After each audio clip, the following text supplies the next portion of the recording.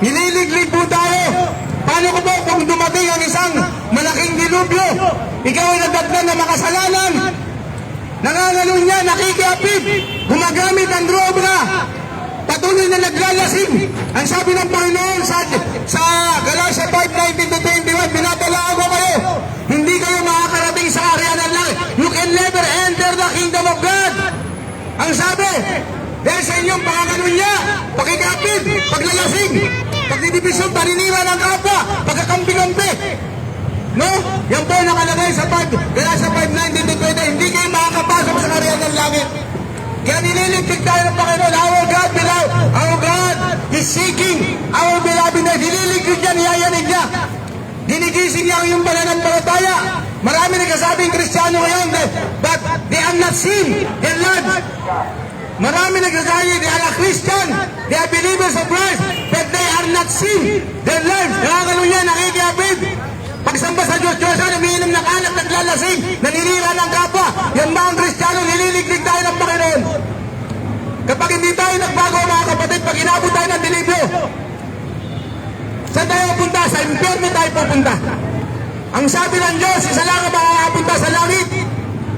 I am the way, the truth, and the life. No one comes to the Father except through me. Hindi denomination, hindi MCGI.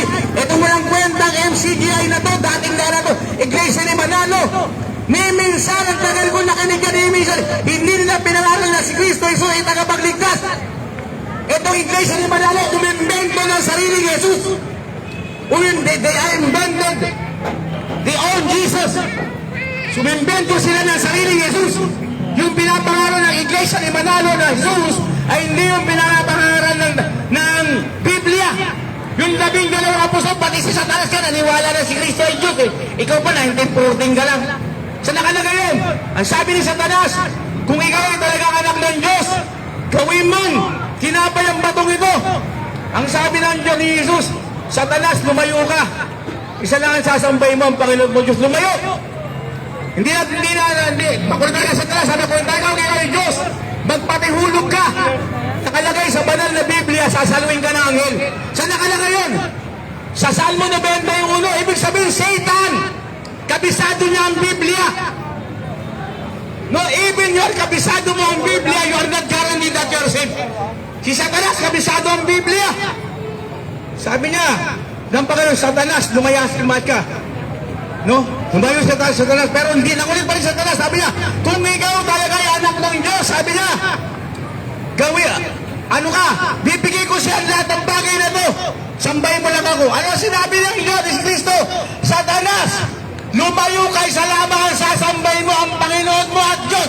Lumayo si Satanas eh. Si Satanas naniwala na ang Diyos. Itong Iglesia ni Manalo hindi naniwala na ang Diyos.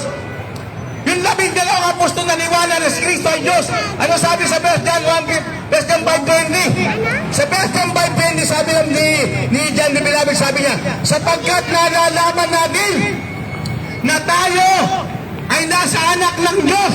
Ang buhay na walang gan, kay Kristo, kay Jesus, ang buhay na walang gan. Ito ang tunay na Diyos. Ang liwanag. Itong Iglesia ni Manalo, kung ano na pinagsasabi, inventor ng sarili ng Jesus. Ito naman, MCGI, dating daan. Kahit kailan hindi pinangaral na si Jesus ay tagapagligtas. Mga mahihina ang utang, ang daming minahamak. Makapagliligtas lang sa'yo sa bawat tao. Lord Jesus Christ alone to save mankind.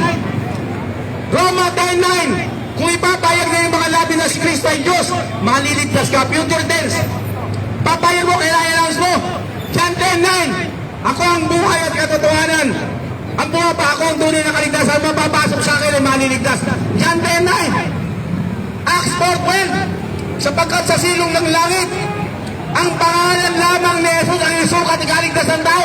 Ang daming talata niya, walang ibang magliligtas sa tao kundi ang si Jesus lamang. Kahit ako hindi. Ang magliligtas sa atin si Jesus. Ito, nililiglig tayo, niyayalig tayo ng Panginoong Jesus. Sobra-sobra na ang kasalanan ng bansang ito. We must repent. We must repent. Magsisi tayo sa ating kasalanan. Baka hindi pa huli ang lahat.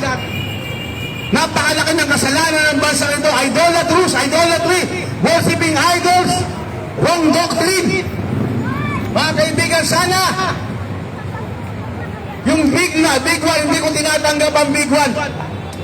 Sa Matthew 16:18 ang sabi niya, ano man ang talian mo sa lupa ay tatalian sa langit. Ano man ang kalagan mo sa lupa ay kakalagan sa langit. Tinatalian ko ang big one. Our Lord Jesus Christ is bigger than big one. Amen. Meron tayo, I did not claim big one. I claim big J. Meron tayong big J as in big Jesus. Big J as in Jesus is bigger rather than big one. Hindi ba tutuloy ang big one yan? Matagal na yan, 2017, 2018, 2019. Pinangalanda ka na ng big one. Wala naman nangyari at hindi mangyayari yan. Because of our Lord Jesus Christ, our Savior, our Redeemer God. Ang mangyayari sa atin ay meron tayong big J. As in big Jesus, big blessing. Kaya mga kaibigan, mga kapatid, hindi habang panahon magkakaroon ng evangelism. Katulad ni Noah. 120 years nakaral si Noah. Walang naniwala. Ngayon, pag hindi ka naniwala, namatay ka bukas, pahinga ka na. Impyerno ka. Yung nanakot ka, marami nang gumraduate. Marami nang namatay. Inatake sa puso, hindi na umabot sa ospital. Tumaas ang diabetes, hindi na umabot sa ospital. Pinalo sa ulo, namatay. Pinaril na ulog. Namatay. Ikaw, paano pag namatay ka bukas, sigurado ka ba na ikaw ay ligtas? Sigurado ka ba? Talungin mo sarili mo. Sigurado ka ba na ikaw ay ligtas? Hindi makapagliligtas sa'yo reliyon. Katoliko, Baptist, Methodist, Evangelical, hindi ka kaya ligtas yan. Ang magliligtas sa'yo si Jesus. No? We are a deceiving. Nasa panahon tayo ng world deceiving. Panloloko, ang daming niloloko ng mga kultong ito. Lalo ang ISIS sa kanya ng kaligtasan. Katoliko, hindi ka maliligtasan. Only Jesus Christ alone to save you. Only Jesus Christ alone to save you. Only Jesus Christ alone to save you. Paano pag namatay ka bukas? Paano kung namatay yung the big one pero hindi darating ang Jesus name? Ang dami nang namatay sa Cebu, sa Davao, sa Baguio. Ano kung hindi na tinanggap si Kristo? Marami nangaral. Ito, nangangaral kami ngayon. Hindi mo tinanggap yun. Si Kristo, you are continue to deny. You are continue to reject the Savior. Pag patuloy ka nagre-reject sa mga nangangaral, kasi pinadala kami. Ang sabi na ba, I send you to preach the gospel, to spread the gospel. No? Kaya mga kaibigan, mga kapatid, maniwala tayo kay Kristo.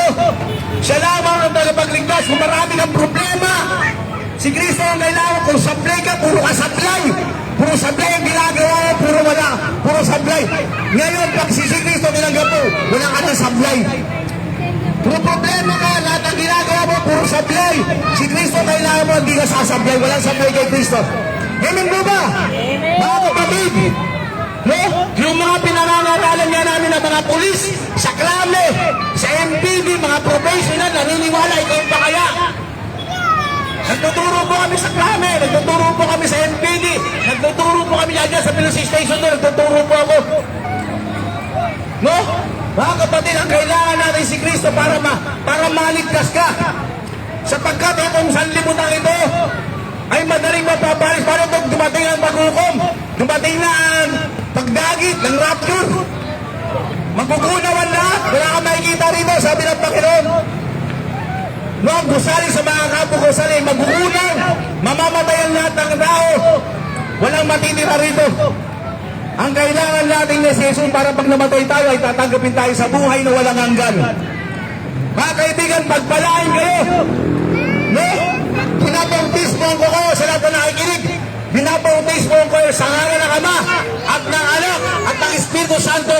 Pagpalain kayo. Amen. Amen. Salamat po, Panginoong Jesus. Amen. Amen. Amen.